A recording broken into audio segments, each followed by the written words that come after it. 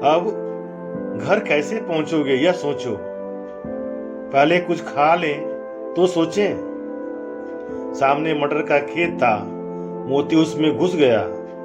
हीरा मना करता रहा पर उसने एक न सुनी।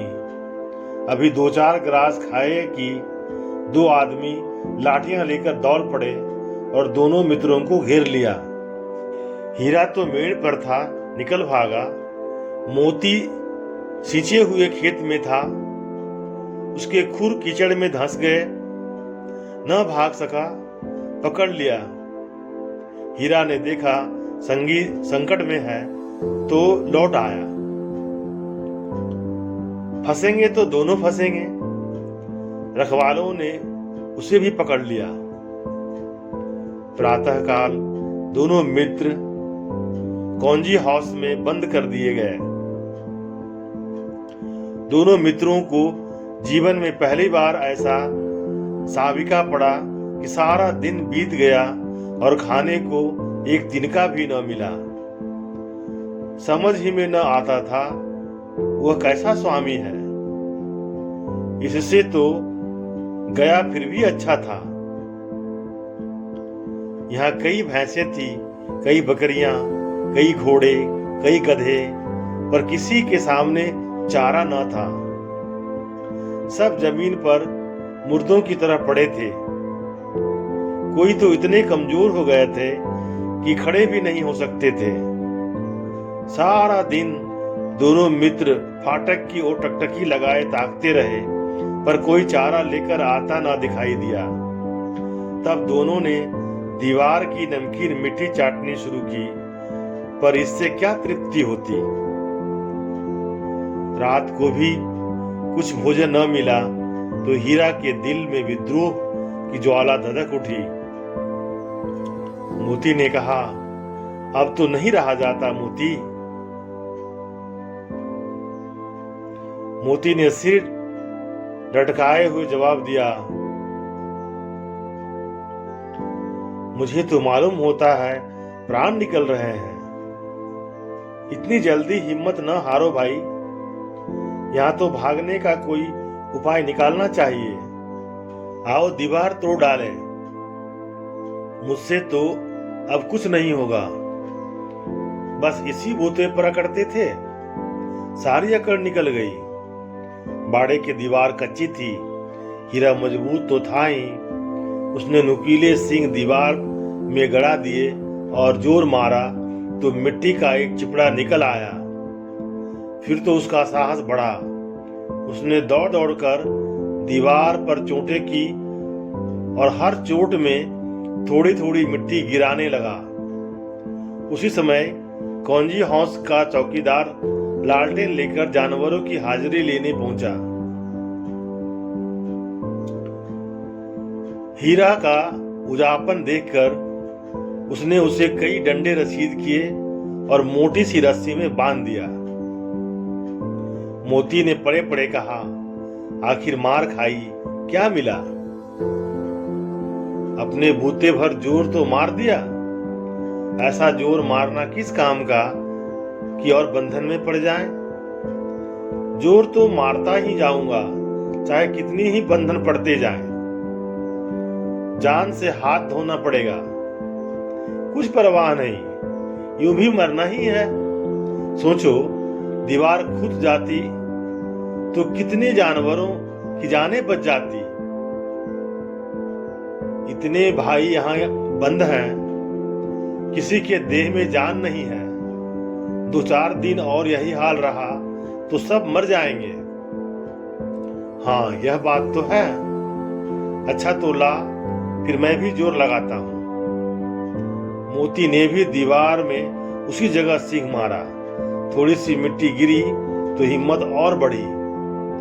फिर तो वह दीवार में सींग लगाकर इस तरह से जोर करने लगा मानो किसी प्रतिद्वंदी से लड़ रहा हो। आखिर कोई 2 घंटे की जोर आजमाइश के बाद दीवार ऊपर से लगभग 1 हाथ गिर गई। उसने दूनी शक्ति से दूसरा धक्का मारा तो आधी दीवार गिर पड़ी। दीवार का गिरना था कि अधमरे से पड़े हुए सभी जानवर चेत उठे। तीनों घोड़ियां सरपट भाग निकली। फिर बकरियां निकली। इसके बाद भैंसें भी खिसक गई, पर गधे अभी तक ज्यों के त्यों खड़े थे। हीरा ने पूछा, तुम दोनों क्यों नहीं भाग जाते?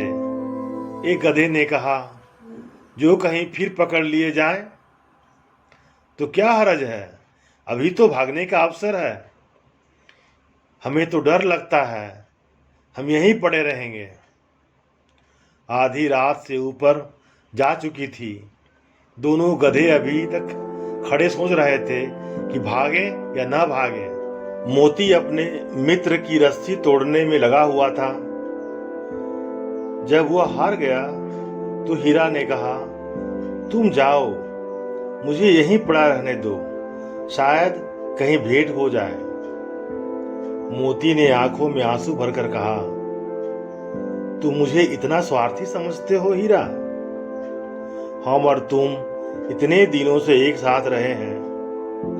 आज तुम विपत्ति में पड़ गए तो मैं तुम्हें छोड़कर अलग हो जाऊं? हीरा ने कहा, बहुत मार पड़ेगी, लोग समझ जाएंगे कि यह तुम्हारी शरारत है। मोती गर्व से बोला, जिस अपराध के लिए तुम्हारे गले में बंधन पड़ा, उसके लिए अगर मुझे मार पड़े तो क्या चिंता। इतना तो हो ही गया कि 9-10 प्राणियों की जान बच गई, वे सब तो आशीर्वाद देंगे।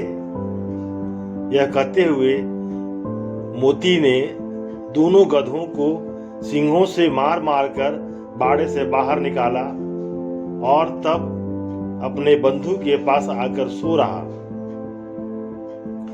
भोर होते ही मुंशी और चौकीदार तथा अन्य कर्मचारियों में कैसी खलबल मची, इसके लिखने की जरूरत नहीं है। बस इतना सा काफी है कि मोती की खूब मुरम्मत हुई और उसे भी मोटी रस्सी में बांध दिया। 1 सप्ताह तक दोनों मित्र बंधे पड़े रहे। किसी ने चारे का एक दृढ़ भी न डाला। हाँ, एक बार पानी दिखा दिया जाता था, यही उसका आधार था। दोनों इतने दुर्बल हो गए थे कि उठा तक न जाता था। ठठरियां निकल आई थी। एक दिन बाड़े के सामने डुग्गी बजने लगी और दोपहर होते होते वहां 50-60 आदमी जमा हो गए। तब दोनों मित्र निकाले गए और उनकी देखभाल होने लगी। लोग आ आकर उनकी सूरत देखते और मन फीका करके चले जाते। ऐसे मृतक बैलों का कौन खरीदार होता।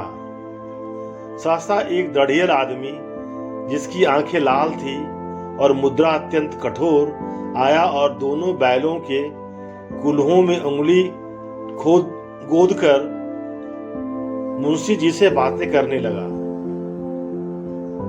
उसका चेहरा देखकर दोनों मित्रों के दिल कांप उठे। वह कौन है और उन्हें क्यों टटोल रहा है, इस विषय में उन्हें कोई संदेह न हुआ। दोनों ने एक दूसरे को भयभीत नेत्रों से देखा और सिर झुका लिया। हीरा ने कहा, गया के घर से नाहक भागे, अब जान न बचेगी।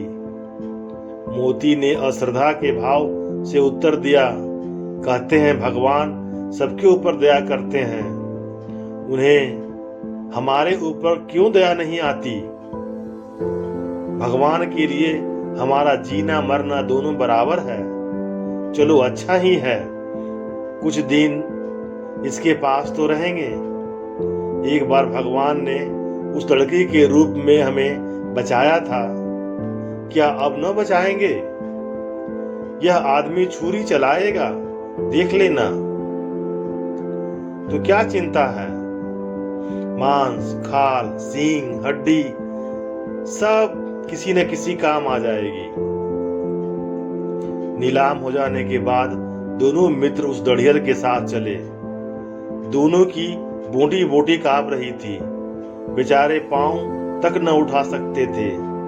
पर भय के मारे गिरते पड़ते भागे जाते थे, क्योंकि वह जरा भी चाल धीमी हो जाने पर जोर से डंडा जमा देता था। राह में गाय बैलों का रेवड़ हरे हरे हार में चरता नजर आया। सभी जानवर प्रसन्न थे, चिकने चपल, कोई उछलता था, कोई आनंद में बैठा पागुर करता था। कितनी सुखी जीवन था उनका, पर कितने स्वार्थी हैं सब। किसी को चिंता नहीं कि उनके दो भाई बधिक के हाथ पड़े कैसे दुखी हैं। सहसा दोनों को ऐसा मालूम हुआ कि यह परिचित रहा है। हाँ, इसी रास्ते से गया उन्हें ले गया था। वही खेत, वही बाग, वही गांव मिलने लगे। प्रति क्षण उसकी चाल तेज होने लगी। सारी थकान, सारी दुर्बलता गायब हो गई। यह लो, अपना ही घर आ गया। इसी कुएं पर हम पूर चलाने आया करते थे। यही कुआं है।